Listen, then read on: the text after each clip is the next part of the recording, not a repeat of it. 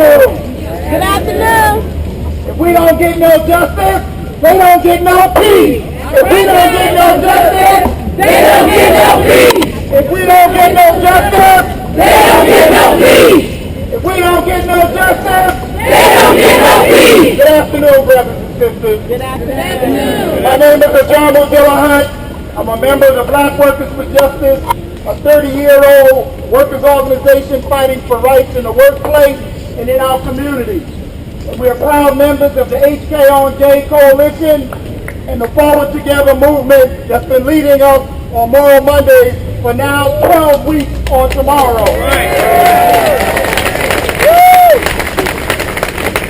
We are here at a critical moment with the attacks on Black America manifesting themselves as we seen with the cruel and inhumane murder of Travon Benjamin Martin. Say his name. Travon Benjamin Martin.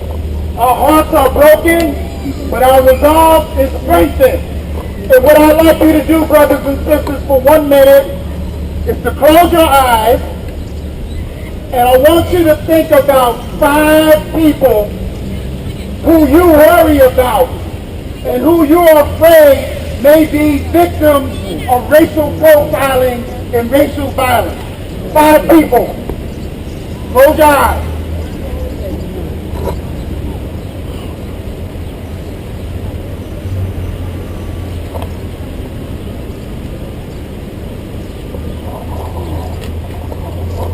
And now, I want you to open your eyes, and at the top of your voices, like your very lives depended on it, I want you to shout out each and every one of those 5 names. Ready? Now!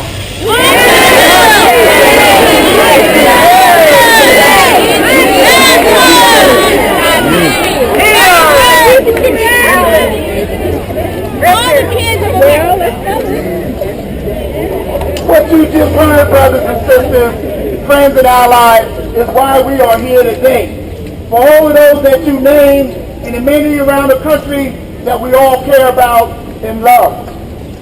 We are here to challenge this verdict. Many politicians and news pundits have told us to accept the verdict. We're not accepting this verdict. They have the audacity to tell us that we should not talk about race. As a matter of fact, it's racism for them to even suggest that we can't talk about race. They have the audacity to tell us this is a country of laws. Well, let me just say, we know about their laws. Slavery was protected by law. Jim Crow was protected by law. The fugitive slave laws were protected. Those laws that said you had to have an ID to walk around. It kind of reminds you of the voter ID that they get ready to pass now. Stop and frisk is a law that's unjust. Stand your ground, the law.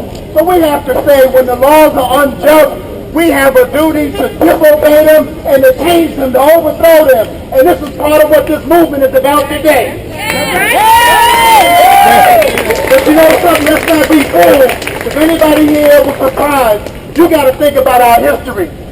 We came into this set under 3/5 of a man in this Constitution. They didn't consider us full human beings, but 3/5 of a person.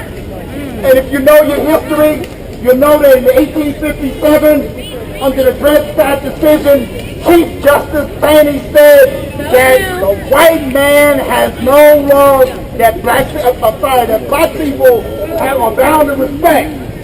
White people have not anything to respect us for. We may have a Civil Rights Act, we may have a Voting Rights Act, we may have the segregation of schools, we even have a black president, but they still do not respect us.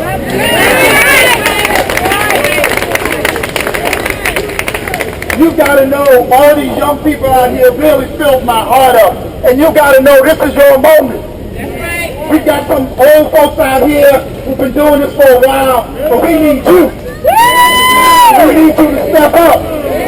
You need to remember in 1960, right down the street, Student Nonviolence Committee was set up by students, young people just like y'all. in Greensboro in 1960, the lunch counter city. Young people, just like you, it's your time to step up. And I just want to remind you that it doesn't just come out of the sky. Emmett Till is somebody we must remember. Many people with all Emmett Till's murder. Many people let know freedom what the verdict was. ring! Let freedom ring! Not guilty. Right?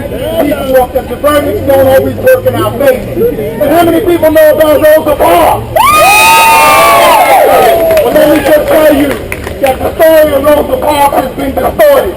Yes, she refused to get up. But let me tell you something. Rosa Parks was an activist. She was a fighter. Her parents were activists in the Garvey movement. Her husband was an activist fighting for the freedom of the Scottsboro boy. And 4 days before she did that action on the bus, she had been at a community meeting to stand up for who? Emmett Till. Emmett Till. So she was an activist, and that's what you and I need to do from this point forward. We've got to become involved in our community organization. We've got to come out tomorrow on Monday. We got to be involved in civil disobedience. We got to let them know they cannot continue to do it to us, and we're going to take it. If we have to go to jail, if we have to stop traffic, if we have to put in offices, if we have to take over buildings, whatever it takes, we have to do. Brothers and sisters, thank you for being here. Thank you for standing up. Straight ahead.